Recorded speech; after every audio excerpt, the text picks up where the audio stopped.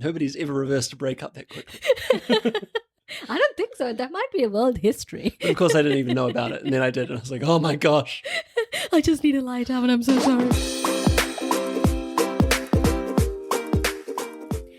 Kia ora, everybody. Ayubowan, and welcome to Sorry Amma, I married a Kiwi.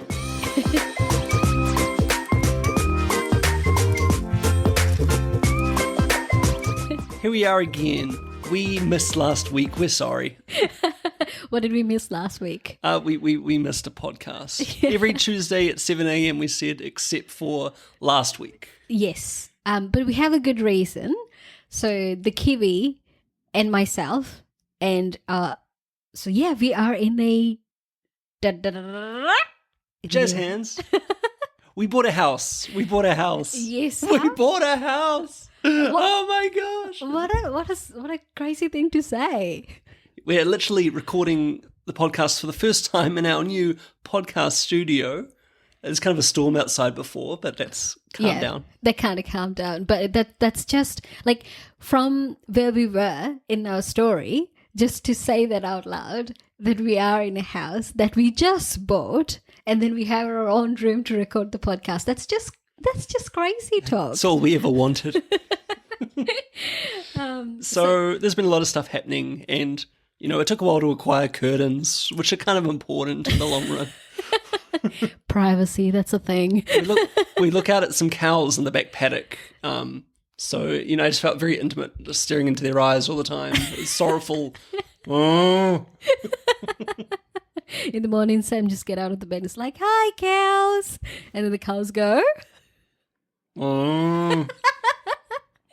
But never when I want them to. I'm like holding the phone up to get them to moo to my parents and nothing happens. Well, they have their own agenda, okay? They don't work for you. The cow agenda. Anyways, so... yeah, welcome back to the podcast, and sorry we missed that last week. And we have a lot of we have a lot to say about the house buying process, but I think we need to get through one story first. That's true. We're still doing the high dynamite, high stakes, 30 days to win over a Sri Lankan lawyer plotline. Yeah, so let's get back right into it, shall we?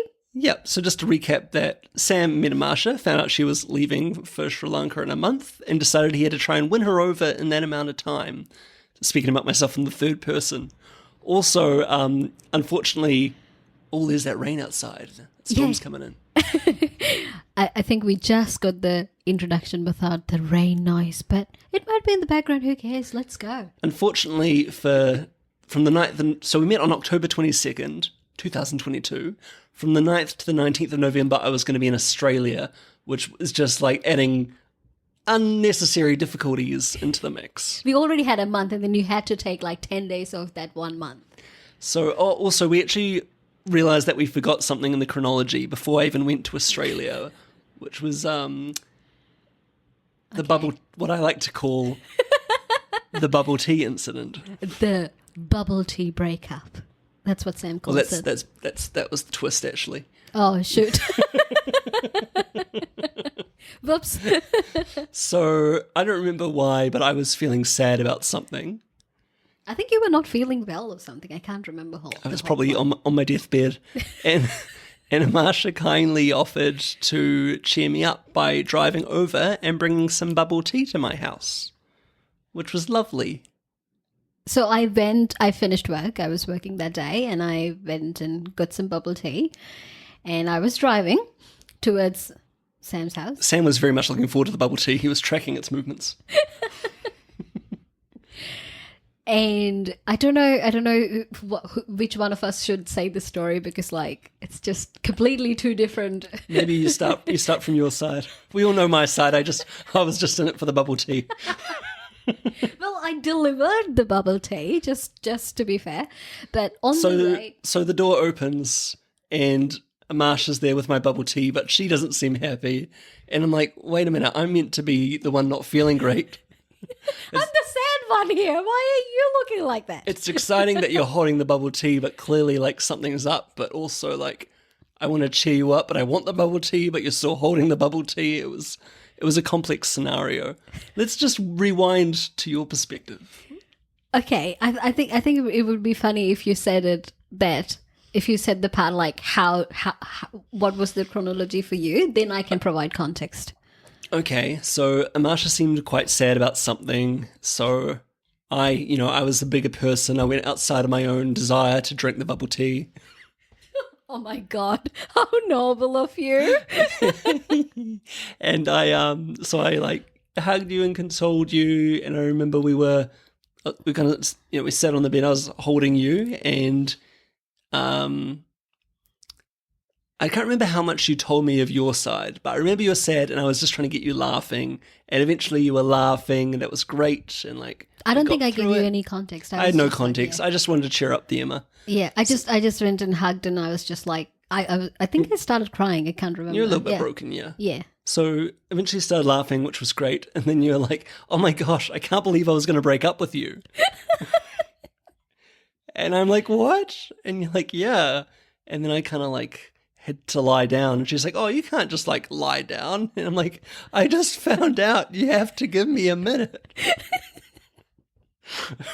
I thought you were bringing bubble tea to me, not a breakup. I mean, I think I said like, no, I mean, I came here to break up with you, but I'm glad you can cheer me up from that kind of context. And then I was just like hysterically laughing, like probably 5 minutes later. There's nothing like when someone's crying and then starts hysterically laughing and tells you they were going to break up with you, but you just missed it by a nanometer. Oh, for Sam. Going back to Amasha's perspective. Okay, so rewind. So It's me rewinding. you do that again. You might be wondering how I ended up in this situation. Right. So I just got the bubble tea and I was driving. It's like Sam was like probably 10 to 12 minute drive away from CBD. It could all have been so simple. So I was like, okay, it's like a maximum 15-minute drive. So I got into the car, I was driving, and then I got a call from my Amma. Sorry, Amma. So That's Amasha's mum, for those who are joining now. Yeah. Amma means mum in Sinhalese. So she was on the phone, and then I was chatting to her, and then I was like, I kind of gave her, I think she knew that I went on a date with Sam a week or so ago. I can't remember the timeline on that. But so I told her, it's like, oh, like, remember that guy that I went on a date on? Like, he's really cool. Like, I think I said some stuff like that. And then she just, I don't know how much context I'm going to go into here, but I think she was kind of like, we didn't send you there to find a white boy. And then I was like, yeah. I think that's sums up my reaction. While you're driving. While I'm driving, yeah. Trying not to crash. And then it just ended up being like probably more than half an hour drive, because I was like, I just don't know how to get to Sam's house. It was like a very long conversation. It was just a back and forth. I'm trying to explain like try to open her up for the idea of me dating a Westerner instead of a Sri Lankan. So, and then she's just like pushing back, and it's like, no, that's not an idea we are never going to entertain. I mean, simply, what the hell are you thinking, sort of thing. And then she kind of like, you got to stop this. What are you thinking? And for me, I felt like it is not fair for me to drag it and then just put Sam in a bad position. So I kind of like, probably within that half an hour, I thought like, okay, I think I'm going to break this off, and then just, why do I complicate my life? I just can't have a chill life. So I went to Sam's. You would have had a chill life? I don't, that's what I thought. I'm like, oh my God, my mother is not approving of this. Like, it's gotta be a disaster. I mean, I know I said to Sam early on that this is going to be a battle if we are going to do this. But 2 weeks in, I was like, oh shit, this is going to be a harder battle than I thought. So I better backtrack. So I just wanted to fulfill my promise of delivering you the bubble tea and just say bye-bye. And that's what I went into. And just to inject here, do you think like up until that point, or maybe even at this point, like you'd still always imagined that you would at one point be going back to Sri Lanka and having a Sri Lanka husband? Like that was still kind of implicitly what the future would be.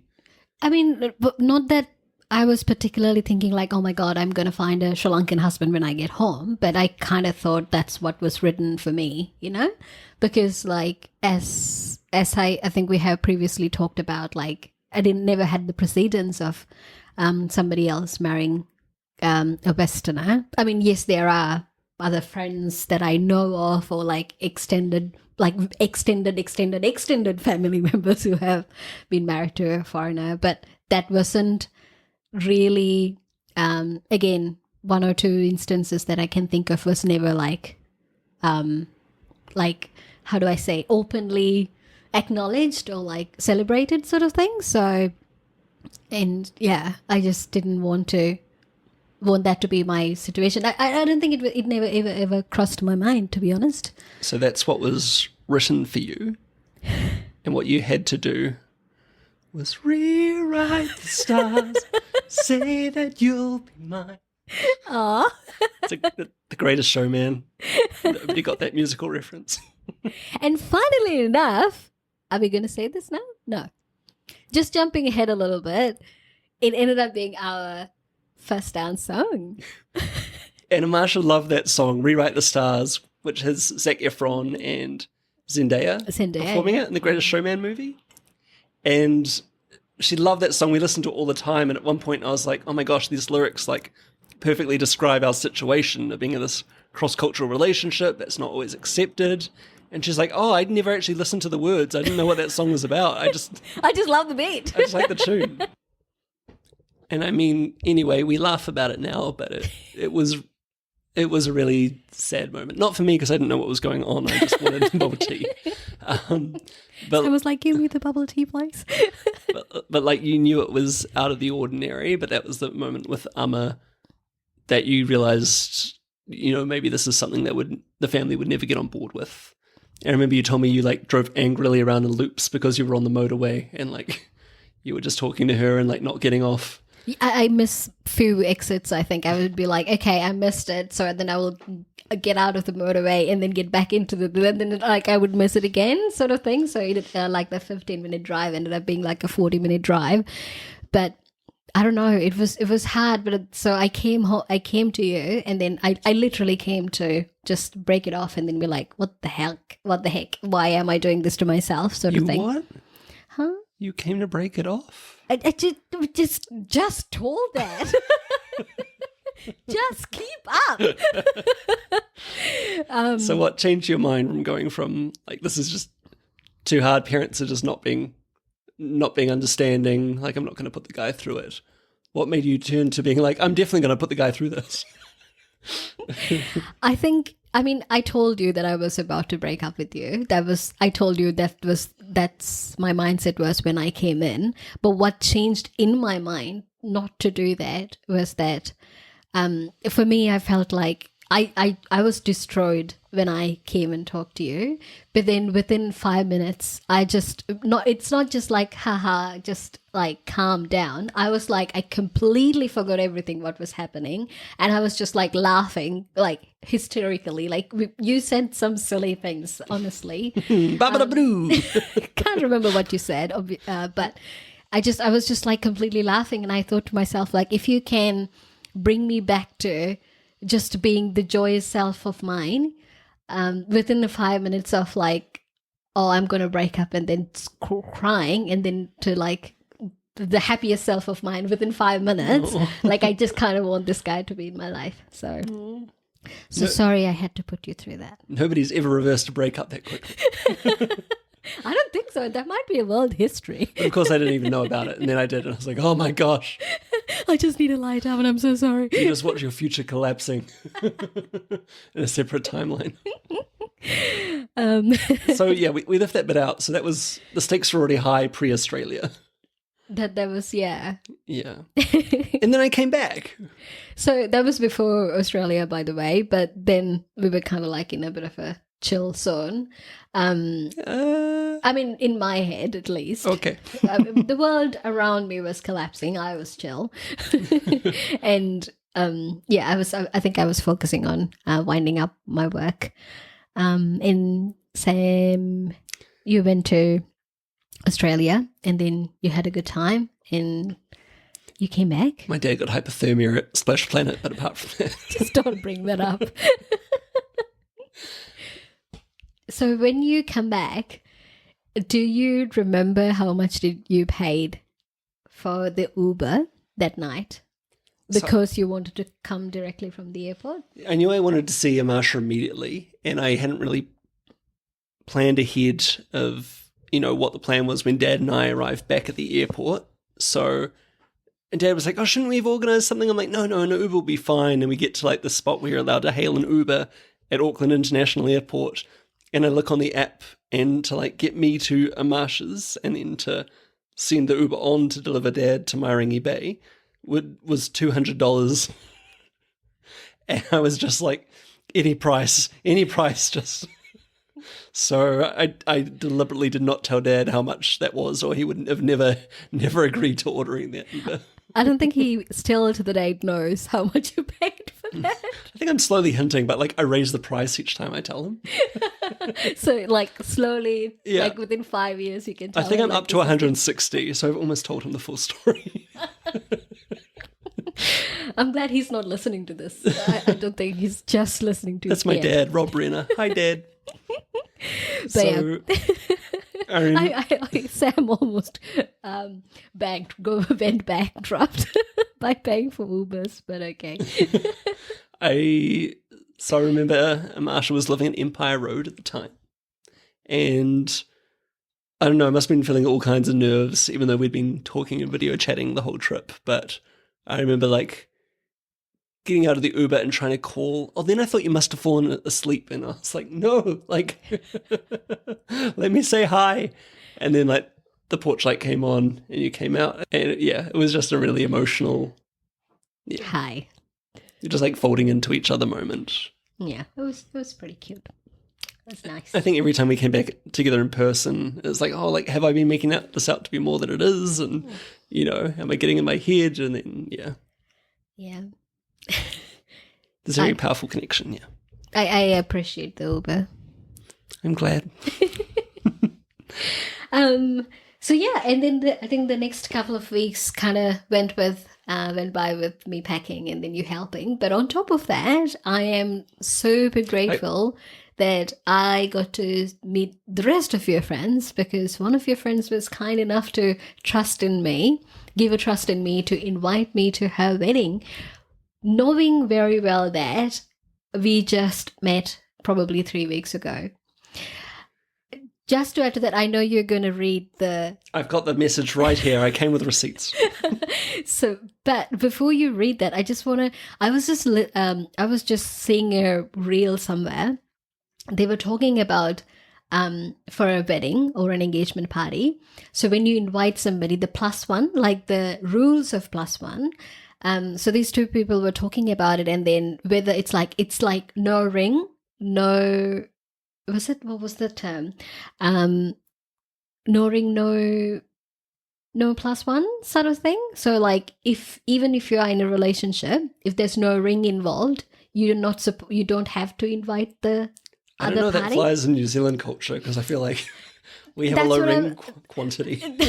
That's what I was thinking. I was like, oh, that's kind of rude, because like there are people who have been in You may have been living together for 8 years, but there's no rings.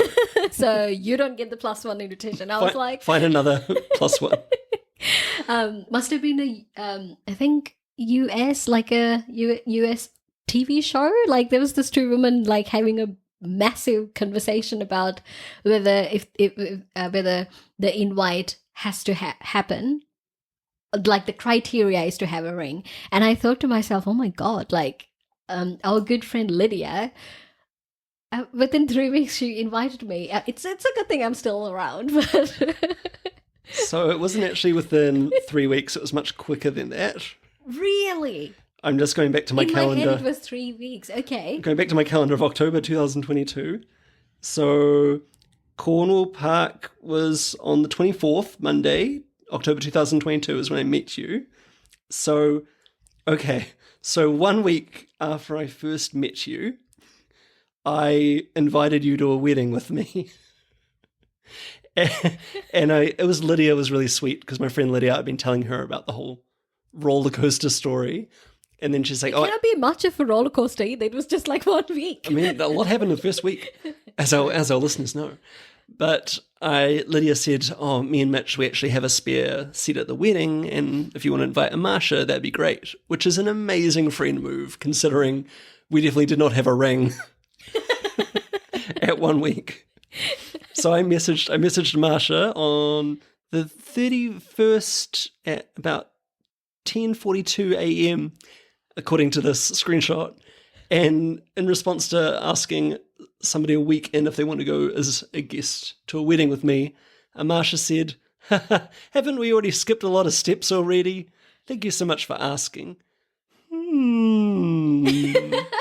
What the heck? I've met all your friends already and they're awesome. Sure, I'd love to. What was I thinking? What were you thinking? I'm just presenting this evidence to council. Here's the message. I see this. Okay. I guess I'm a bold woman. You are certainly a bold woman. And I think I have previously said this as well. Like, if somebody invites me for something, like, it takes a lot for me to say no. I am more towards, like, hell yeah, rather than just no. So That's probably an extreme version of it, though. that's the most extreme version of saying yes, yeah. I guess. But that's my personality. That's what I'm. How many weddings have you gone to with guys? That probably must be like the second ever wedding in New Zealand that I have attended. Mm-hmm. So, have you ever gone to a wedding with a guy that you were seeing? Never. Yeah, I thought. I don't know what got into my head. I just thought that's a normal thing to do. Or maybe I must have watched a lot of Hollywood movies where, like, you know, they like just take somebody for, like, and say, oh, do you want to come to the wedding with me as my plus one? I was definitely going off every Hollywood movie and sitcom I'd ever seen, I think. So it was such a lovely wedding, though. We had a great time. We had I came back and we had a pizza night. Let's not forget there was a homemade pizza night that we had. I see, okay, yeah. It was very romantic. The food's the priorities, the bubble tea we covered, the pizza night. You fell asleep on Nick and Lara's couch at Ponsonby, and then Mittens the cat fell asleep on top of you, and I'm like, okay. I'll just have a pizza movie night on my own. And then the next day, so like 2 days back from Australia, was Lydia's wedding, which was, gorgeous. It was at Markavina Vineyard. And there was big barrels. I was very obsessed with the barrels. I was trying to roll them all the time, but they were very big barrels, and it was very embarrassing when you are in this like unknown location with unknown people that you're trying to make an impression, and then Sam, the plus one off, is trying to just roll barrels. What do you do when a Kiwi guy asks you 1 week into dating if you want to go to a wedding, and then he just pushes every pile of barrels that he finds in the garden? I survived, people. They also had dolma, those tasty like vine leaf wraps with the lemon juice, and those were delicious. Yeah, but you paid the price. Yeah, I still had that weird medical condition at the time when any kind of like lemon juice or spice would make me like crippled over in pain. But it was almost worth it. Mm-mm. And we had great photos and videos, and then we were just dancing like anything. It was such a great day. I think all the camera people were like, oh my gosh, these two, so adorable. So, we had so many photos. I think you were sending me photos. This was after I went to Sri Lanka. You were sending me the photos, and I'm like, oh my God, like why did they were taking this many photos of us? It was so cute. I think when I invited you, we only invited you to the wedding. We only had like one photo of us, like one selfie on the phone. Yeah, and then we just had like a whole album of like. Thank you, Lydia and Mitch, for financing that. Official photographic photos, like within a few weeks. And there's a great shot we have of us at the end of the like little wharf into that kind of lake at the vineyard. And the two of us, I feel like that was just like an iconic, if I do say so myself. I don't know, that was kind of the future we wanted when we saw that photo, yeah. Yeah. I think the saga of the story continues, but I think we are coming to a close of the last few bits. We hope you enjoyed the penultimate episode of How to Win a Marsha in 30 Days. You need to. That's a working title. I think you need Working to come title. Working title. But yeah, It's been really fun sharing the story with you guys. Thank you for listening. yeah. Thank you so much for listening, and we'll see you guys next week. All right. Catch you then. Bye bye. Bye.